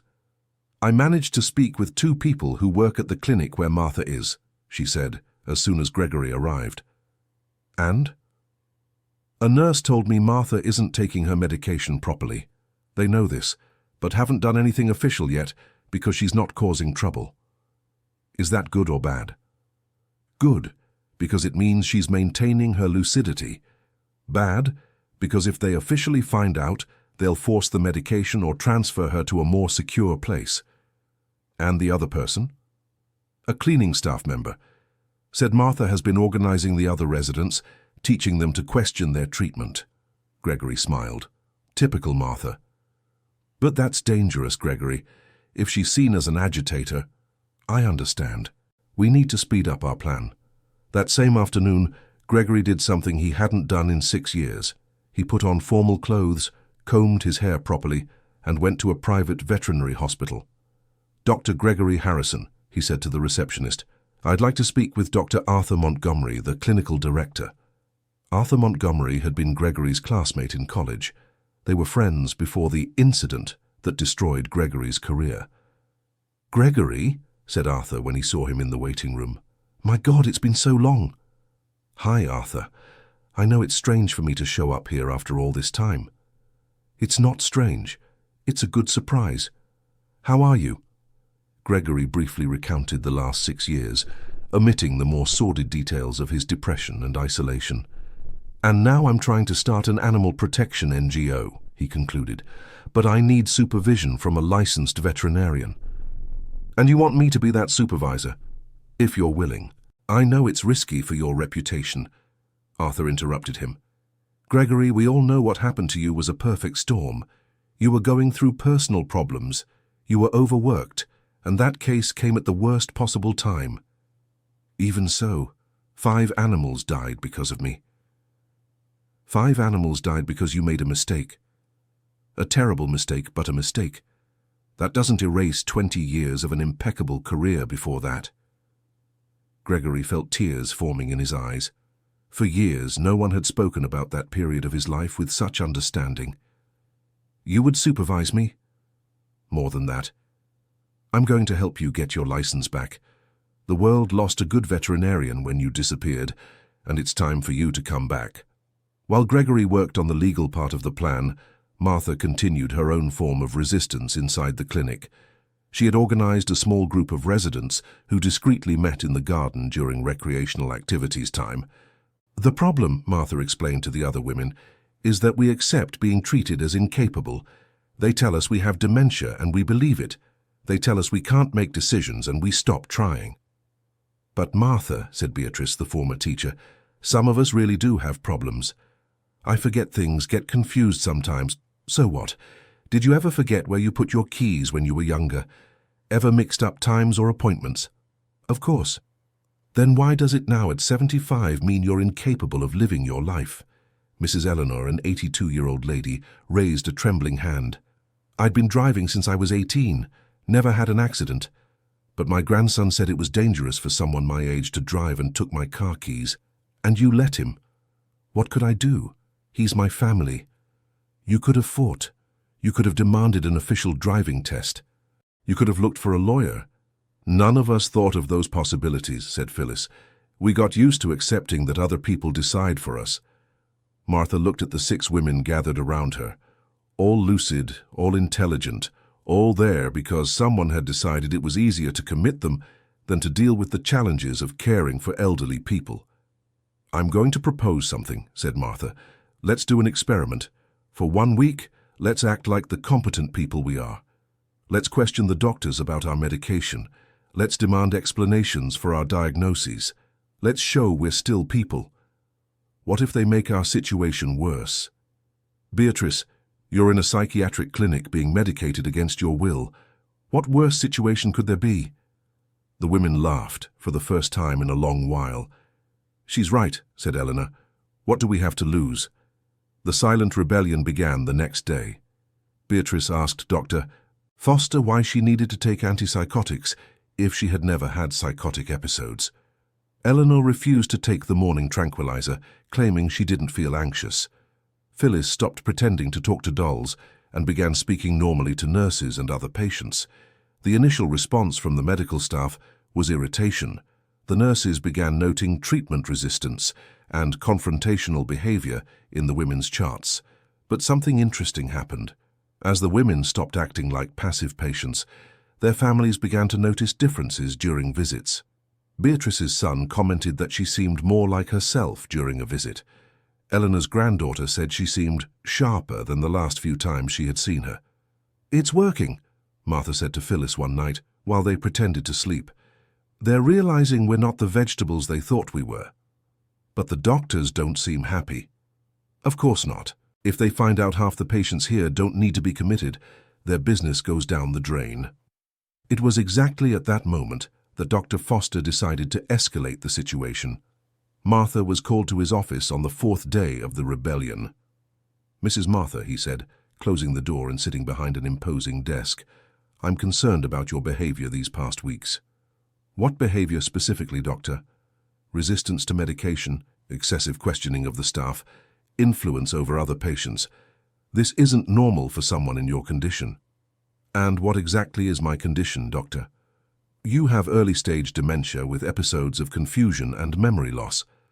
"Based on what?" "On reports from your family and my clinical observation." "Doctor, have you reviewed my neurological tests?" Dr. Foster hesitated. "They were ordered, but due to your resistance, I never refused to have tests. In fact, no one ever asked me to have tests. You diagnosed me based on a 10-minute conversation and reports from a concerned son." "Mrs. Martha, excessive questioning is a symptom of paranoia, which can accompany dementia. Or it can accompany the situation of a lucid person who is being medicated against her will based on a questionable diagnosis." Dr. Foster made notes in his notebook. "I'll need to adjust your medication. This confrontational behavior needs to be controlled." "Controlled? Doctor, I'm a United States citizen. I have constitutional rights. One of them is to question medical treatments I consider inadequate. You do not have the legal capacity to question your treatment." "Who determined that? A judge? A forensic psychiatrist? Or just you based on a 10-minute consultation?" Dr. Foster was clearly losing his patience. "Mrs. Martha, I'll be direct. If you continue with this behavior, I will have to transfer you to a maximum security wing. There you won't have the freedoms you have here." "What freedoms?" "The freedom to be medicated against my will? The freedom to be treated as incompetent? The freedom to have all my decisions made by strangers? The freedom to receive visitors, use the garden, participate in activities. In the security wing, these things can be restricted." Martha understood she was being threatened, but years of experience dealing with men who tried to control her, first her ex-husband, then some sexist bosses at the mill, now doctors and even her own son, had taught her one thing: backing down didn't work. Backing down only encouraged more control. "Doctor," she said, rising from the chair, "I would like to speak to a lawyer." "Lawyers can't help you here. You are under medical care. Every United States citizen has the right to legal assistance. That includes people admitted to psychiatric clinics." "Mrs. Martha, and I would also like a second medical opinion from a psychiatrist who is not an employee of this clinic." Dr. Foster closed his notebook abruptly. "I will prepare your transfer to the security wing." "Perfect. That will be officially recorded as punishment for exercising my legal rights. I'm sure a lawyer will love to see that documentation." Martha left the office with her heart racing but with her head held high. She knew she had escalated a situation that could get much worse for her, but she also knew she couldn't keep living as a ghost of herself. That same afternoon, while packing for the transfer, a nurse Martha didn't know entered the room. "Mrs. Martha, I'm Sandra, from the afternoon shift. There's a person here who wants to speak with you." "Who?" "A lawyer, Mr. Paul Sterling." Martha felt her heart race with hope. "Can he come in?" Mr. Paul Sterling was a man of about 50, with well-cut graying hair and an impeccable business suit. But it was his expression that caught Martha's attention. There was a genuine kindness in his eyes, without the condescension she was used to seeing in doctors. "Mrs. Martha, I'm Paul Sterling. I'm a lawyer specializing in elderly rights. I was contacted by a friend of yours, Gregory Harrison." "Gregory, how is he?" "Well, and working very hard to help you." "May I sit?" "Please." Mr. Sterling sat in the visitor's chair and opened a briefcase. "Mrs. Martha, I need you to tell me exactly what happened for you to be admitted here. From the beginning." Martha told the whole story: the argument with Stephen, the walk in the woods, the encounter with Buddy and Gregory, the arrival of Dr. Foster and Stephen, and finally the admission. "And since you've been here, how has the treatment been?" "Forced medication without clear explanation, diagnosis based on superficial observation, threats when I question the procedures." "Threats like?" Martha told him about her conversation with Dr. Foster that morning. Mr. Sterling made several notes.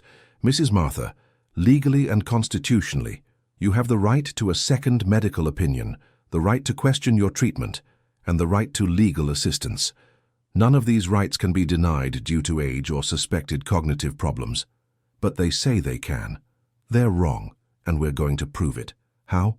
First, I'll file for an injunction to halt any transfer to the secure ward. Second, I'll request an independent psychiatric evaluation. Third, I'll challenge the legality of this commitment." Martha felt tears of relief stream down her face. "Do you think I have a chance?" "Mrs. Martha, I've spoken with you for 20 minutes. In those 20 minutes you've demonstrated reasoning capacity, clear memory of recent and past events, understanding of the legal consequences of your actions, and the ability to make informed decisions. Frankly, I see no evidence of mental incapacity. And my forgetfulness? The incidents Stephen reported? They're normal for your age and could have much simpler explanations than dementia. Stress, depression, social isolation, medication side effects, all of that can cause memory problems. Gregory said the same thing. Gregory is a very intelligent person and very determined. He came to me with a complete plan for your social reintegration." "What kind of plan?" Mr. Sterling smiled. "How about I let him explain it himself?" "He's outside." Martha nearly jumped out of bed. "Gregory is here." "With Buddy. They're in the parking lot because they don't allow animals inside the clinic. But if you'd like—" "I do." 5 minutes later, Martha was in the clinic garden watching Buddy run toward her. The dog practically flew into her arms, licking her face and whimpering with joy. "Easy, Buddy," laughed Martha, trying to contain her emotion. Gregory approached more slowly, but Martha could see the relief in his eyes. "How are you feeling?" he asked. "Better now, much better." "Buddy whimpered every night since you were committed," said Gregory. "Literally whimpered. I've never seen a dog do that." "And you? How are you?" "Working 16 hours a day to get you out of here." Mr. Sterling approached the two.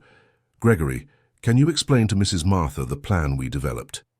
"Martha, I've managed to start the process to recover my veterinary license. Until then, Dr. Arthur Montgomery has agreed to officially supervise me." "And we've registered an NGO called Four-Legged Angels. It's official with a tax ID, bank account, everything in order." "For what?" "To rescue and care for abandoned animals. But we need someone to be the president of the organization. Someone competent, trustworthy, experienced in dealing with people and difficult situations." Martha looked at him, not understanding. "And who do you have in mind?" "You, if you accept." Martha was speechless for a moment. "But I don't know anything about organizations, administration.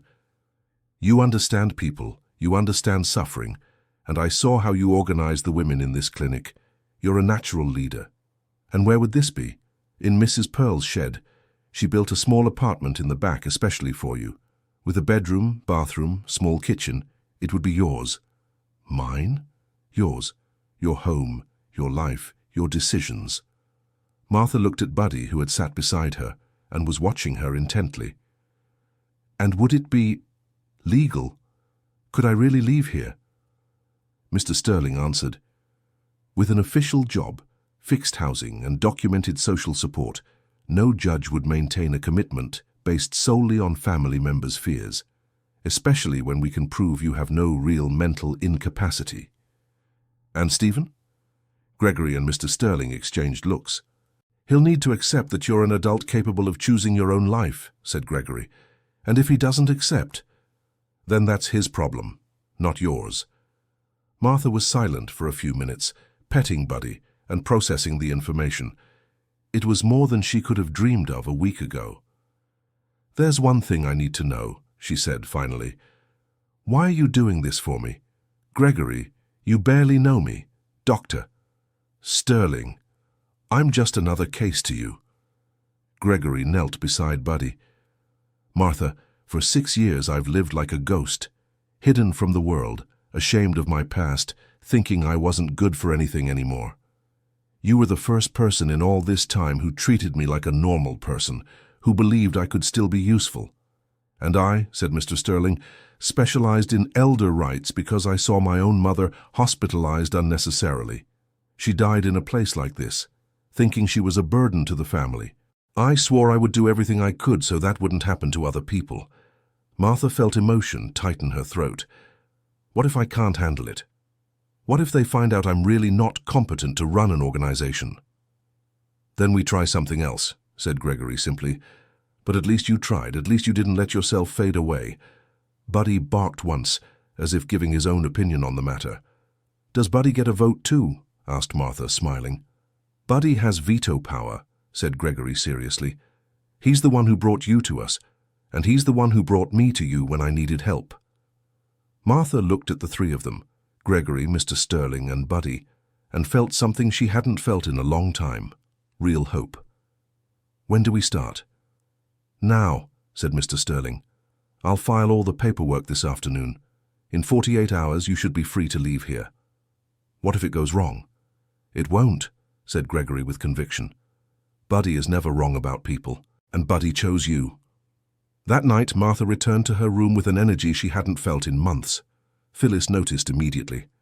Something good happened, said her roommate. Maybe. Maybe I'll get out of here in a few days. Really? How?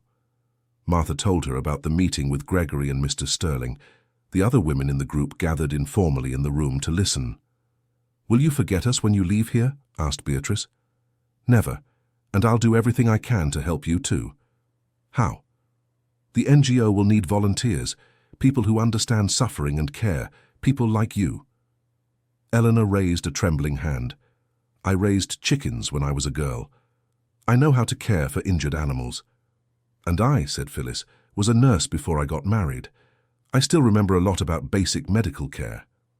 Martha looked at the women around her, each with decades of experience, knowledge, skills that were being wasted in a psychiatric clinic.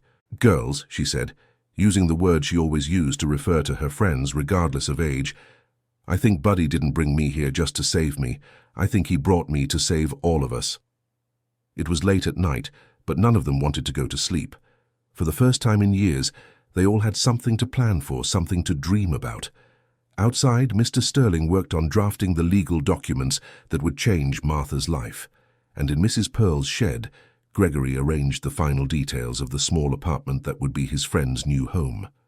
Buddy slept in front of the gate, as if standing guard. The world was about to change for all of them, and this time, it would be for the better. 2 days later, Martha Harrison left the psychiatric clinic carrying a small suitcase with her belongings and a heart full of a hope she had forgotten she could feel. Mr. Sterling had obtained not only the injunction that suspended her hospitalization, but also an independent psychiatric evaluation that confirmed her complete mental capacity. Dr. Karen Fletcher's report was devastating to Dr. Foster's credibility. The patient demonstrates complete orientation in time and space, preserved memory for recent and remote facts, capacity for abstract reasoning, adequate judgment, and total competence for decision-making. There is no evidence of dementia, psychiatric disorders, or any condition that would justify involuntary psychiatric commitment. Stephen was waiting at the clinic exit, his face marked by sleepless nights and an expression that mixed relief, shame, and fear. "Mom," he began as Martha approached. "Hi, Stephen." They looked at each other for a moment in silence. There was so much to be said, so many mistakes to be acknowledged, so much fear and pain on both sides. "Mom, I thought I was doing what was best for you. I know. I thought I was protecting you. I know that too. But I was wrong, wasn't I? I was very wrong." Martha touched her son's face gently. "You acted out of fear, and people who are afraid sometimes make bad decisions.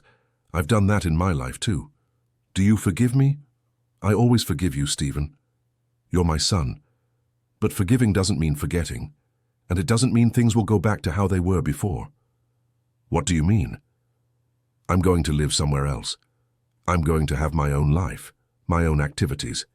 You can be a part of that life, but you can't control it." Stephen nodded, clearly fighting back tears.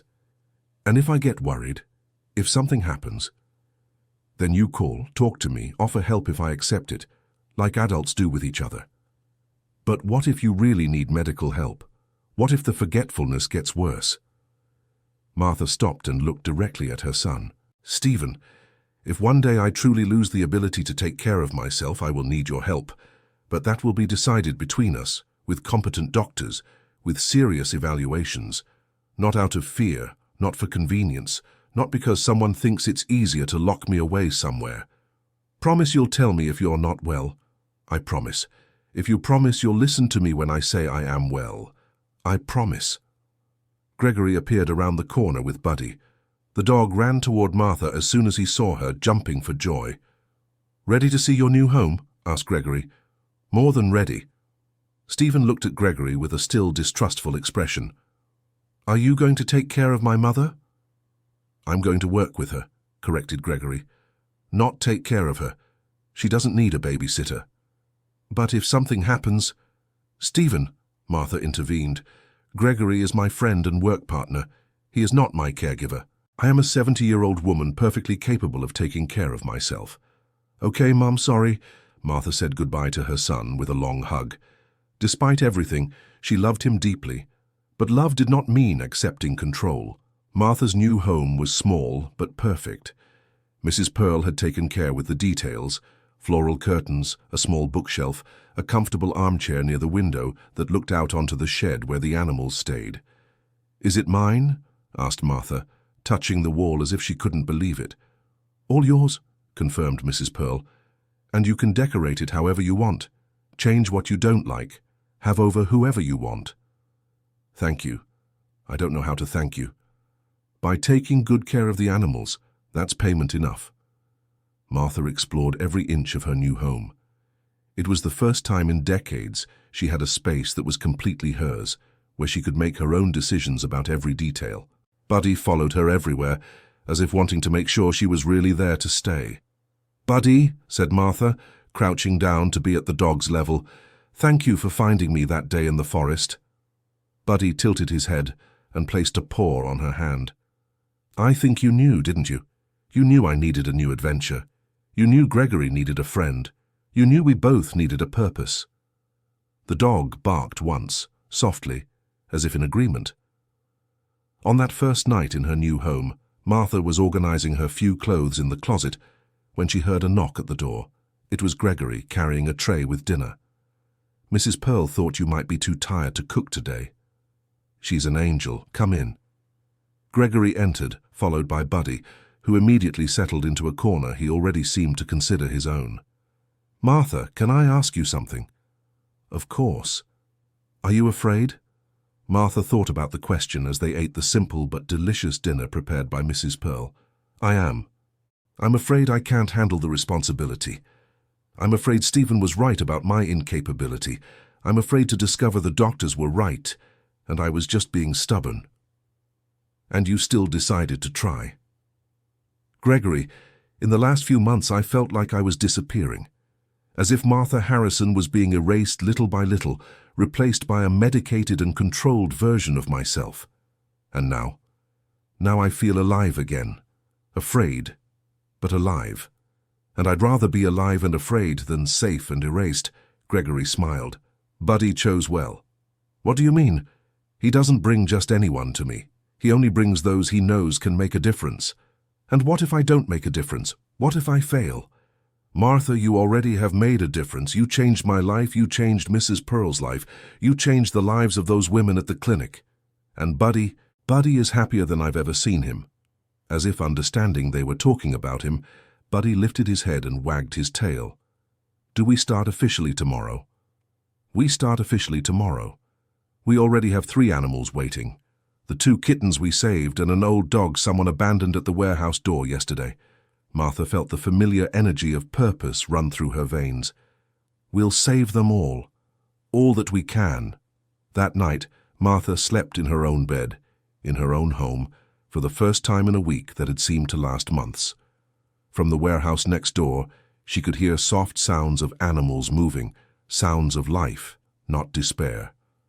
Buddy had chosen to sleep outside her door, like a guardian. And somewhere in the city, other elderly people were facing the same struggles she had faced. Tomorrow, she would begin working so they wouldn't have to face them alone. The adventure that had begun with a heated argument in a forest was just beginning. In the first month of the official operation of Four-Legged Angels, Martha discovered that running an NGO was much more complex than she had imagined, but also much more rewarding. She woke at 6 in the morning, had coffee in her small but functional kitchen, and by 7 she was already in the warehouse helping Gregory with the morning care of the animals. Good morning, everyone, she would say to the animals, who already recognized her and showed joy at her arrival. They now had 12 animals in recovery, 8 dogs and 4 cats, all with stories of abandonment or mistreatment. Each required specific care, medication at different times, special diets. Martha had created a card system to track each animal's progress. She discovered she had a natural talent for organization and planning, skills she had developed over years managing her own household with few resources. Martha, said Gregory one morning, watching her give medication to Bella, an elderly dog who had arrived with serious skin problems. Are you sure you never worked in administration before? I'm sure. Why? Because you've organized this place better than most veterinary clinics I know. Martha smiled, feeling a pride she hadn't felt in years. I think it's because I understand what it's like to be neglected. I know what each of these animals is feeling. The NGO's reputation was spreading. 3 times a week, people showed up with injured or abandoned animals. Mrs. Pearl had become the unofficial receptionist, triaging cases and scheduling appointments. We have a good problem, Gregory said to Martha one afternoon. We're receiving more animals than we can accommodate. What do we do? We need to expand, but that means more financial responsibility, more work, more risks. Martha looked around the warehouse. Every available space was occupied by carriers, makeshift shelters and recovery areas. How much money do we have on hand? Gregory showed her the financial records Martha had organized. She had discovered she had a knack for numbers, another skill she never knew she possessed. With last month's donations, we can rent a larger space, but it would be a long-term commitment. What if it doesn't work out? Then we come back here and start over smaller. Martha thought of the words Gregory had said on the first day. At least you tried. At least you didn't let yourself fade away. Let's try, she decided.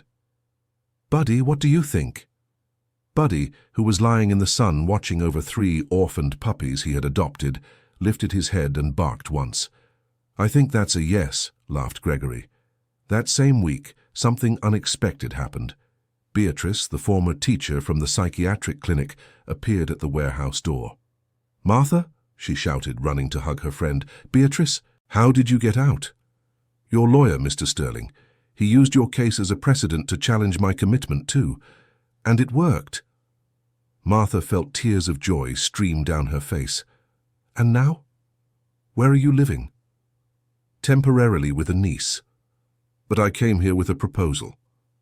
What proposal? Remember you said the NGO would need volunteers?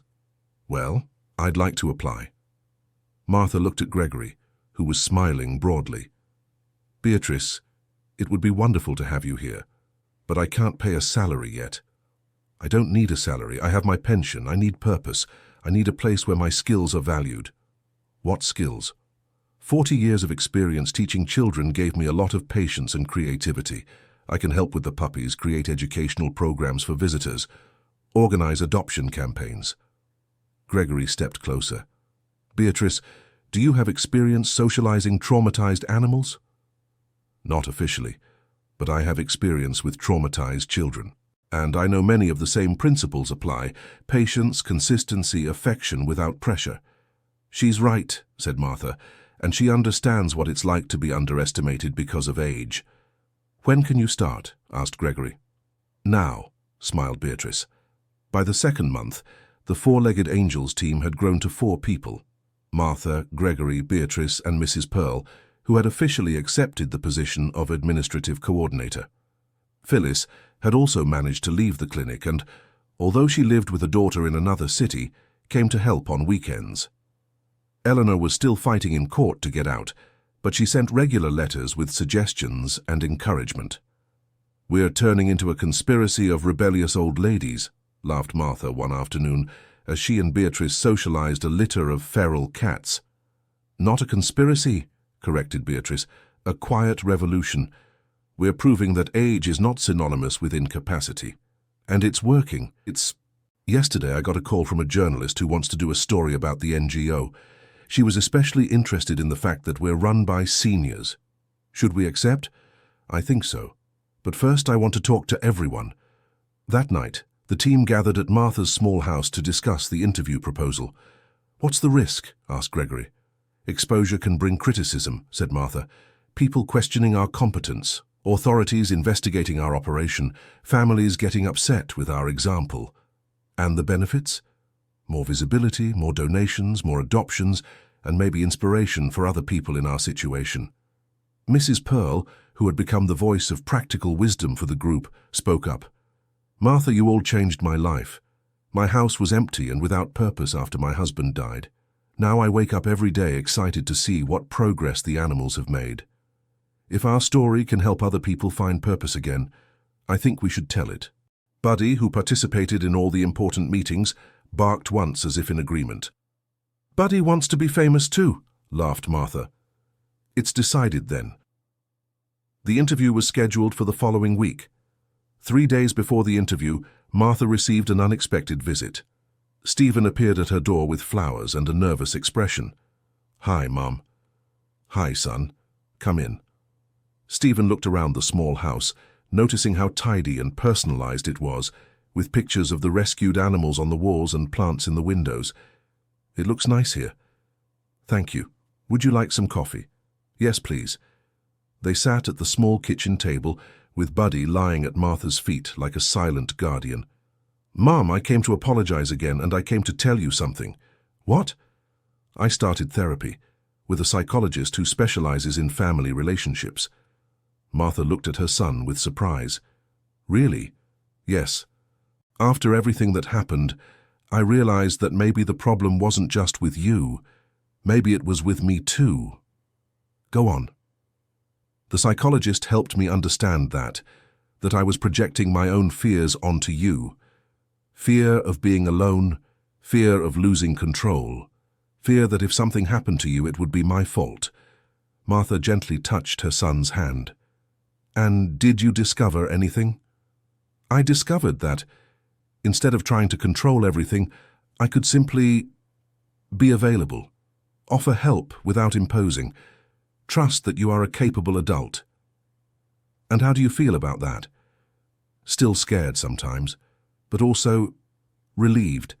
It's very tiring trying to control another person's life." Martha smiled. "It really is. And it's impossible too." "Mum, can I see the work you're doing here?" "Of course." Martha took Stephen to see the shed, introduced him to the animals, showed him the systems she had created to organize care and documentation. Gregory joined the tour, explaining the medical and veterinary aspects. "My goodness," said Stephen after the full visit. "This is a serious operation." "What did you expect?" asked Martha. "I don't know, maybe something more amateur." "Stephen, I spent my entire adult life managing limited resources, organizing complex schedules, handling multiple responsibilities. The only difference now is that I'm applying those skills in an area that gives me satisfaction. You're right, I'm sorry for underestimating you again." "It's okay, but Stephen?" "Yes? Next time you have concerns about my capabilities, talk to me first. Not with doctors, not with other people, with me. I promise." When Stephen left, Martha felt lighter. The reconciliation didn't erase the mistakes of the past, but it opened the possibility of a healthier relationship in the future. The interview, when it finally happened, was better than any of them could have imagined. The journalist, Susan Harrison, arrived expecting to find a cute story about little old ladies taking care of kittens. Instead, she found a professional operation run by competent women who had transformed their personal experiences of marginalization into social purpose. "How did the idea for the NGO come about?" asked Susan. "It didn't come about as an idea," replied Martha. "It came about as a need. Buddy found a lost lady in the forest and a man isolated from the world. We found each other through caring for abandoned animals, and we discovered there were many more people like us. People like you. People that society considers disposable because of their age, but who still have so much to contribute." Beatrice added, "People who were set aside because someone decided they were no longer useful. But usefulness doesn't disappear at 60, 70, or 80 years old. It just changes form." "And what has been the community's response, eh?" "Better than we expected," said Mrs. Pearl. "People realize this isn't charity, it's competence. We are good at what we do because we understand abandonment, recovery, and second chances." The journalist spent 3 hours at the warehouse, photographing Martha administering medication, Beatrice socializing nervous puppies, Gregory explaining medical procedures, and Buddy supervising everything with his characteristic canine dignity. "May I ask a personal question for Mrs. Martha?" said Susan at the end. "Of course. You were admitted to a psychiatric clinic 2 months ago. How did you go from a psychiatric patient to an NGO director in such a short time?" Martha thought carefully about her answer. "I was never a real psychiatric patient. I was an elderly woman whose normal age-related difficulties were interpreted as mental incapacity because it was easier to medicate than to support. And what's the difference? Support recognizes that you are still a whole person who needs specific help. Medication assumes you have become a problem that needs to be controlled. And what changed? I found people who saw me as a partner, not a burden. I found a purpose that required my real skills, not just tolerated my limitations. I found my humanity again." The article was published the following week under the title, "The Rebel Angels: How Discarded Women Created a Haven of Hope." The impact was greater than any of them imagined. Donations began to arrive from across the country. Other animal protection NGOs offered partnerships. Families with elderly relatives contacted them, asking for advice on how to support without controlling. But the call that moved Martha the most came from an 85-year-old woman from rural Vermont. "Hello, is this Mrs. Martha?" "Yes, this is she." "My name is Dorothy. I saw the article in the newspaper and wanted to thank you." "Thank me for what, Mrs. Dorothy?" "Because you gave me the courage to leave the nursing home my family put me in. I'm back in my home taking care of my chickens, and my children can visit whenever they want, but they can no longer decide my life for me." Martha felt tears stream down her face. "You managed it on your own?" "I did. If a 70-year-old woman can run an NGO, an 85-year-old can run her own life. And is it working out? Better than ever. And you know something? I set up a small shelter for orphaned chickens here on the farm. People bring me chicks rejected by their mothers, injured hens, things like that. I'm learning that caring is different from being cared for." When she hung up the phone, Martha called the whole team for a meeting. "Everyone," she said, "I think our work is bigger than we thought." "How so?" asked Gregory. "We are not just taking care of abandoned animals. We are proving that discarded people can create something valuable. We are inspiring other people to reclaim their lives. And what does that mean practically? Martha looked at Buddy, who had become the unofficial symbol of everything they represented, the ability to find and help those most in need. It means maybe it's time to dream even bigger. 6 months after that first fateful walk in the forest, Martha was on stage in a university auditorium, speaking to 200 psychology students about dignity and autonomy in the elderly. The question you must ask yourselves as future mental health professionals, she said to the attentive audience, is not how to control elderly people with cognitive problems, but rather how to support people who are facing the natural challenges of aging while maintaining their dignity and autonomy. A student raised her hand. Mrs. Martha, but what about when the person truly no longer has decision-making capacity? Excellent question. First, we must distinguish between total incapacity, which is rare and usually temporary, and partial incapacity, which may require specific support without completely removing the person's autonomy. Can you give an example? I can. I occasionally forget to take medication or lose track of time. That doesn't mean I can't decide where I want to live, who I want to spend time with, or how I want to spend my day. It means I might need reminders, support structures, adaptations. Another student asked, and when the family insists the person doesn't have capacity, but the person insists they do? That's where you, as professionals, need to be impartial investigators. Talk at length with the elderly person, observe them in different contexts, understand if the reported problems are real or a reflection of family anxiety. A male student in the back of the room raised his hand. But Mrs. Martha, how do we do that without offending families who are genuinely worried? Martha smiled. It was a question she herself would have asked a few months ago, when she was still trying not to hurt Stephen's feelings. By explaining that supporting the elderly person's autonomy also benefits the family.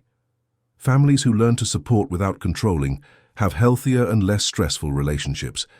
It's less exhausting to be a support network than a full-time controller. After the lecture, Martha was approached by several students who wanted to learn about the NGO and perhaps do an internship or volunteer work. "Do you accept psychology interns?" asked a young woman. "We'd love to, especially if they're interested in researching the therapeutic benefits of interaction between elderly people and rescued animals." "How so?" "Both elderly people and abandoned animals experience a loss of trust, fear of rejection, a sense of uselessness. When we work together in the healing process, both benefit. But we need more scientific data to formally prove this." Gregory, who had attended the lecture, approached Martha as the students dispersed. "You know, you sound like a professional academic." "Really? Completely. Are you considering going back to school?" Martha laughed. "Gregory, I'm 70 years old, a bit late to start an academic career." "Martha Harrison, you transformed your life at 70, created an NGO from scratch at 70, became a motivational speaker at 70. Do you really think it's too late for anything?" Buddy, who always accompanied Martha to her lectures and had become a sort of therapeutic mascot, lifted his head as if agreeing with Gregory. "Buddy also thinks you should study," said Gregory. "And what would I study?" "How about gerontology or social psychology? You have practical experience that most academics don't have." Martha considered the idea as they walked back to the car. Going back to school at 70? It would be crazy. Or would it be the next natural adventure in a life that had started over from scratch? "I'll think about it," she said finally. That night, Martha was at home reviewing the animals' files when her phone rang. It was Stephen. "Hi, Mom. I saw in the paper you gave a lecture at the university today." "I did. How was it?" "It was wonderful." "Why?" "I just wanted to say that I'm proud of you." Martha stopped writing and gave her son's voice her full attention. "Really? Very proud. And I also wanted to apologize again for not seeing what you were capable of doing." "Stephen, you don't need to keep apologizing forever." "I know. But I wanted you to know that I learned a lot watching you these months, about courage, about starting over, about not giving up on yourself." "Go on." "I'm thinking about making some changes in my own life. Maybe exploring work that has more meaning, not just a salary. What kind of work? I don't know yet. But watching you turn your worst experience into a positive force, that inspired me to try something similar. Martha felt her heart warm.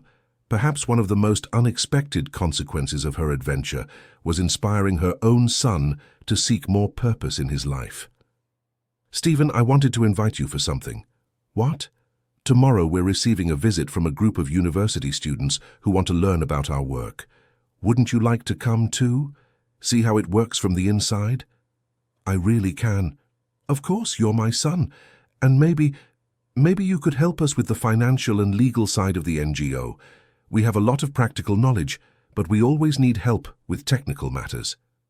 Are you offering me a job? I'm offering an opportunity to be part of something meaningful, if you're interested. I'm very interested, Mom. Very much so. When she hung up the phone, Martha looked around her small house. Buddy slept in his bed in the corner of the living room. From the barn next door came soft sounds of animals resting safely.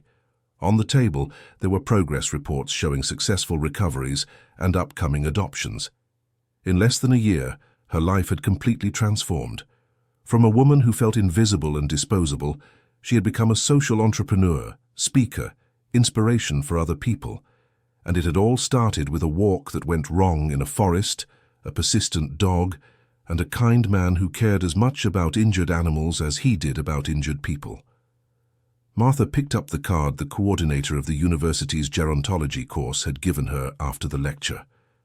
If you want to learn more about our programs for non-traditional students, get in touch. Non-traditional students. She liked that expression. At 70 years old, Martha Harrison was becoming a non-traditional student in a non-traditional life she had built upon the rubble of her traditional expectations about aging. And Buddy, the dog who had started it all, slept peacefully, knowing his mission of connecting lost souls had resulted in something far greater than he himself could have imagined. Martha's story was far from over. In fact, she was just beginning to write the best chapters. A year and a half after that fateful day in the forest, Martha Harrison graduated as the oldest student in the gerontology specialization class at Columbia University. At 72 years old, she had proven it's never too late to learn something new.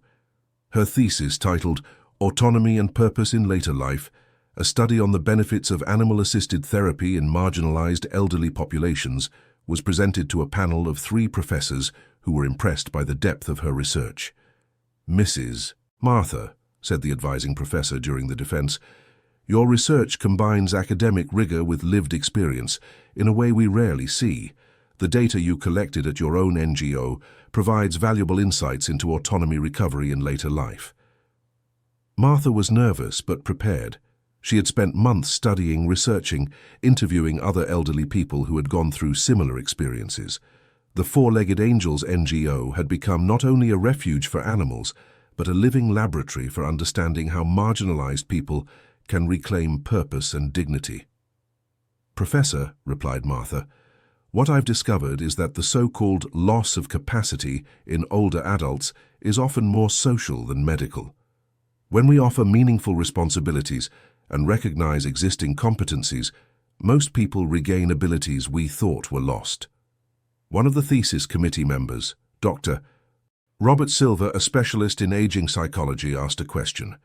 But how do you distinguish between a real need for support and social infantilization? Excellent question. The difference lies in the older person's participation in the process.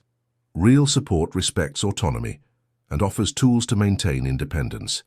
Infantilization removes choices and makes decisions for the person. Can you give practical examples? Of course. At our NGO, we have an 85-year-old volunteer with early-stage Alzheimer's. Instead of excluding her from the work, we created structures that allow her participation, visual lists, clear routines, gentle supervision. She cares for the orphaned puppies with a competence that impresses us all. And does it work? It works for her and it works for the animals. She has purpose, self-esteem, social connection. And the puppies receive a kind of affection and patience that only someone who understands abandonment can offer. After the presentation, Martha was approved with distinction. But the greatest emotion did not come from the academic approval. It came from seeing Stephen, Gregory, Mrs. Pearl, Beatrice, Phyllis, who had travelled especially for the event, and even Eleanor, who had finally managed to leave the clinic, applauding in the front row of the auditorium. "Mom," said Stephen when they met in the hallway after the defense, "I can't believe my mother is now an official gerontology specialist." "Your mother has always been a specialist in aging," laughed Martha. "Now she just has a diploma to prove it."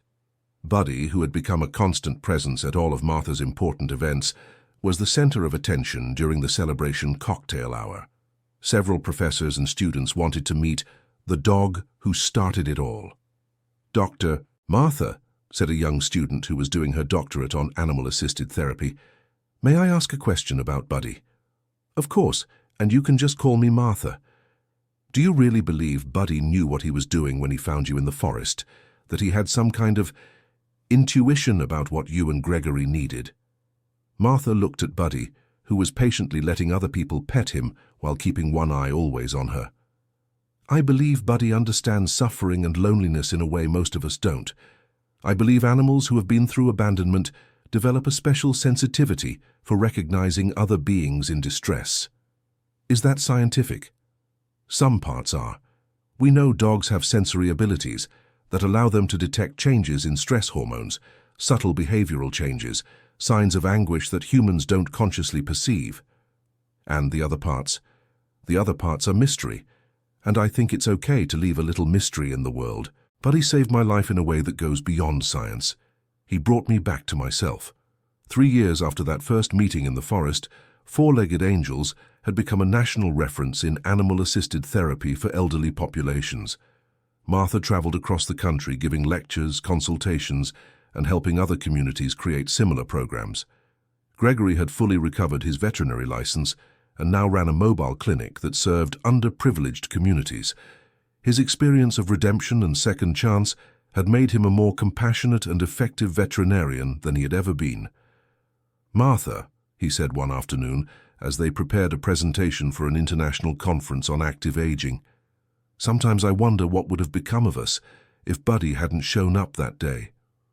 I don't know. Maybe you'd still be hiding in the forest, I'd be doped up in a clinic, and hundreds of animals wouldn't have gotten help. And Buddy would still be looking for lost people to save. That's what he does." Buddy, now about 9 or 10 with a few grey hairs on his muzzle, still accompanied Martha on all her trips. He had become a kind of canine ambassador for the NGO, demonstrating to audiences across the country how the connection between humans and animals can be transformative. "Have you ever thought about really retiring?" asked Gregory. "I mean, take advantage of the fact that you're now recognized nationally and internationally and just relax?" Martha laughed. "Gregory, I spent 2 years of my life relaxing forcibly, medicated and controlled. Relaxation is no longer a priority for me." "And what is your priority?" "To keep growing, to keep learning, to keep proving that 73-year-old people can change the world if given the chance." "And what's the next project?" Martha showed a letter she had received the previous week. "A university in Canada wants me to spend 6 months there as a visiting researcher, studying how different cultures deal with aging. Will you accept?" "I'm still deciding. It would be the first time I leave the United States, and Buddy would have to come with me, which would complicate things." As if understanding they were talking about him, Buddy lifted his head and looked at them attentively. "Has Buddy ever traveled by plane before?" asked Gregory. "No, but he's done much harder things, like finding a lost woman in a forest and changing the lives of everyone involved."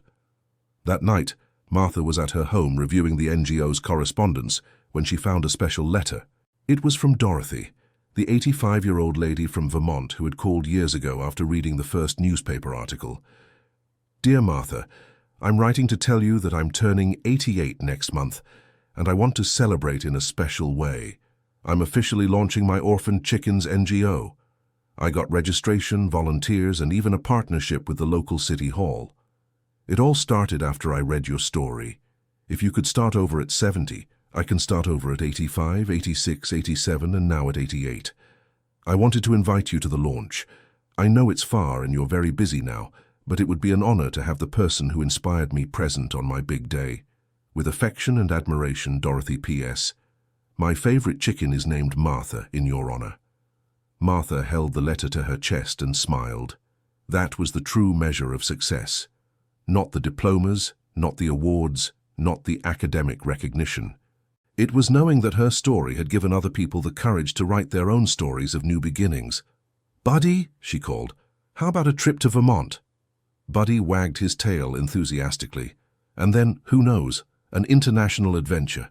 Canada seems interesting. What do you think? Buddy barked once, confident as ever.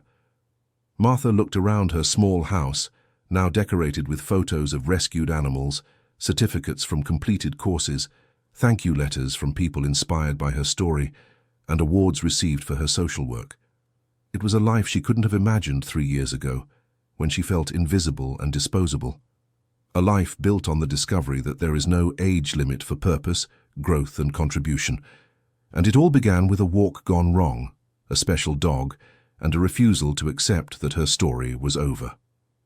Martha picked up a new notebook and began to write. If she was going to Canada as a visiting researcher, perhaps it was time to officially write her story. Not just for academic purposes, but for all the people who still believed their best years were behind them. Chapter 1. The Day My Life Truly Began. Buddy settled at her feet, as he always did when Martha wrote. He knew her best ideas came when he was nearby, offering his quiet, steady presence. Outside, in the barn, other rescued animals slept safely. In the city, other seniors inspired by Martha's story were discovering they still had much to contribute, and somewhere there was probably another person lost, literally or figuratively, who needed to be found. Buddy knew. Buddy always knew. And tomorrow they would go out to find whoever needed to be found. Because that's the most beautiful thing about second chances. They never come alone. One second chance leads to another, which leads to another, creating a chain of transformation that can change much more than just one life. Martha smiled and continued writing her story. There were still so many chapters ahead. End of story. So, dear listener, what did you think of this incredible journey of Martha and Buddy? How do you think you would react if you were in Martha's situation? Have you ever been through moments where you felt underestimated because of your age or circumstances?